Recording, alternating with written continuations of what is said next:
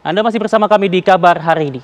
Dan pemirsa, seperti janji kami tadi setelah dari Mesir, kita akan juga mengupdate informasi terkini dari Gaza, Palestina. Dan kita sudah terhubung dengan rekan Dr. Wahyu Bimantoro langsung dari Gaza, Palestina.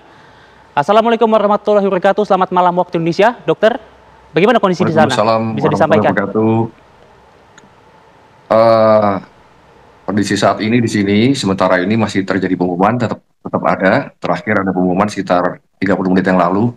Alhamdulillah kami cek di rumah sakit tidak ada korban. Mungkin mereka membom area-area yang kosong yang ada bangunannya. Tapi yang terakhir korban pengumuman adalah kemarin sore ada 3 korban luka parah, anak kecil dan orang dewasa. Tiga orang dan semuanya alhamdulillah selamat tertolong. Satunya masih kritis di ICU. Demikian. Kemudian juga kondisi tingkat kesulitan makanan juga sulit di sini. Cuma kalau air memang masyarakat di wilayah kami agak tertolong dengan adanya air dari rumah sakit. Jadi mereka memanfaatkan air rumah sakit juga sebagai sumber minuman mereka. Cuma untuk makanan memang sulit dan sangat sedikit yang bisa mereka dapat. Oke, dokter, bagaimana kondisi fasilitas medis di Gaza saat ini? Apakah ada tantangan besar yang dihadapi dalam memberikan perawatan kesehatan di sana, dok? Saya sampaikan yang ada di sini ya, ada di Rumah Sakit Indonesia ya. Ya, Rumah Sakit Indonesia ini masih tetap melayani oke. pasien pasien umum biasa maupun pasien korban pertempuran. Alhamdulillah masih ada obat-obatan walaupun sudah mulai menipis. Kami harapkan memang segera ada pasokan, segera dibuka jalur kemanusiaan sehingga pasokan obat bisa masuk. Karena sebenarnya secara fasilitas Rumah Sakit Indonesia itu mumpuni, walaupun ada alat-alat yang rusak yang mungkin perlu diperbaiki. Dan dokternya pun juga mumpuni, banyak dokter spesialis yang punya kemampuan baik sekali. Jadi demikian mungkin yang saya sampaikan. Hmm. Kalau di rumah sakit lainnya mungkin, dok, Anda apakah memiliki informasi terkait dengan hal tersebut? Kalau di Gaza Utara rumah sakit yang aktif, fasilitas terbesar di Rumah Sakit Indonesia karena yang lainnya sudah hancur.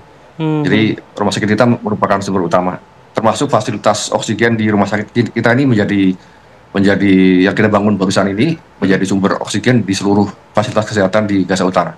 Jadi keberadaan Rumah Sakit Indonesia ini memang sangat membantu di wilayah Gaza Utara sih. Oke. Baik, dok, kan Presiden Republik Indonesia Prabowo Subianto ini memiliki rencana untuk mengevakuasi setidaknya 1.000 warga Gaza untuk dipindahkan ke Indonesia. Bagaimana, dok? Apakah informasi tersebut sudah menyebar di warga Gaza sana, dok? Eh, Ya sudah, saya malah kaget di rumah sakit ada komentar-komentar dari teman-teman dokter ya. Jadi secara prinsip ya sebenarnya apa yang kami menghargai apa yang diusahakan pemerintah yaitu Oke. memperhatikan warga Gaza sini.